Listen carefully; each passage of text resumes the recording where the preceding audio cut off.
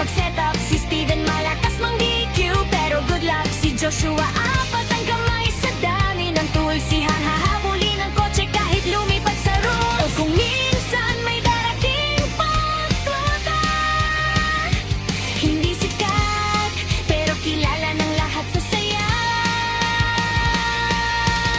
At kung umabot man sa quarterfinals, handa kaming magkorpo, walang reklamo at trials. Hindi dugi ang hinahabol namin, kundi ang hamon na binibigay ninyo sa amin.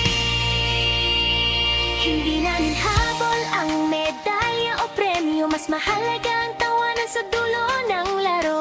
Kahit matalo, babalik pa rin bukas, dahil ang saya hindi natatapos.